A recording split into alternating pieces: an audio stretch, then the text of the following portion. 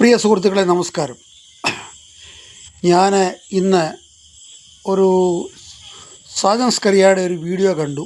അതിനെ സംബന്ധിച്ചാണ് ഈ വീഡിയോ ഇടുന്നത്. നമ്മൾ പലരുടെയും വീഡിയോ കാണും, അങ്ങനെയാണല്ലോ നമുക്ക് അറിവ് കിട്ടുന്നത്.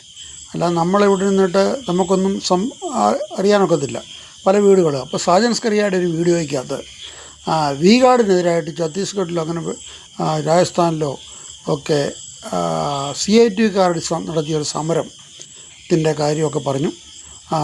അതൊക്കെ അറിയാം. നമുക്കറിയാം ബിർളയുടെ ഒരു കമ്പനിയായിരുന്നു മാവൂർ ഗോളിയർ റയോൺസ്. അത് പൂട്ടിച്ചു. പൂട്ടിക്കാനുള്ള കാരണക്കാരെന്ന് പറഞ്ഞു കഴിഞ്ഞാൽ അതിന് പുള്ളിക്കാരനൊരു കാര്യം പറഞ്ഞ് അന്നത്തെ അവിടുത്തെ തൂപ്പ് ജോലിക്കാരനെ മോശമായിട്ട് കണക്കാക്കുന്നില്ല. എല്ലാ ജോലിക്കും അതിൻ്റേതായിട്ടുള്ള മാന്യതയുണ്ട്. അന്നത്തെ ഒരു വില്ലേജ് ഓഫീസർക്ക് കിട്ടുന്ന ശമ്പളം കിട്ടുമായിരുന്നു. അപ്പോഴത്തേനെ ഈ യൂണിയൻ നേതാക്കന്മാർ ഒക്കെ ചെന്നിട്ട് അതിനൊക്കെ നമ്മുടെ എളമരം കരീമൊക്കെയാണ് അന്നത്തെ അവിടുത്തെ യൂണിയൻ നേതാക്കൻ, വ്യവസായ മന്ത്രിയായിട്ടിരുന്ന പാർട്ടിയാണ്. അപ്പോൾ പുള്ളിയെപ്പറ്റി പറഞ്ഞു കഴിഞ്ഞാൽ പുള്ളിയുടെ ആ ഒരു മീശ കണ്ടു കഴിഞ്ഞാൽ ആ മീശ രാവിലെ വെട്ടി ശരിയാക്കാൻ തന്നെ പുള്ളിക്ക് 1 മണിക്കൂർ എടുക്കേണ്ടി വരും. അത്ര കൃത്യമായിട്ടൊക്കെ ചെയ്യുന്നൊരു പാർട്ടിയാണ്. അതുപോലെ ബിസിനസ് ക്ലാസ്സിലൊക്കെയാണ് പുള്ളി യാത്ര ചെയ്യുന്നത്. ഒരു വാഴ പുള്ളി വെച്ചിട്ടുണ്ടെന്ന് എനിക്കറിയത്തില്ല. അല്ലെങ്കിൽ എന്തെങ്കിലും കൈകൊണ്ട് എന്തെങ്കിലും ഒരു ഈ മീശ വെക്കാൻ തന്നെ വല്ലവരെ ആയിരിക്കും വിളിക്കുന്നത്.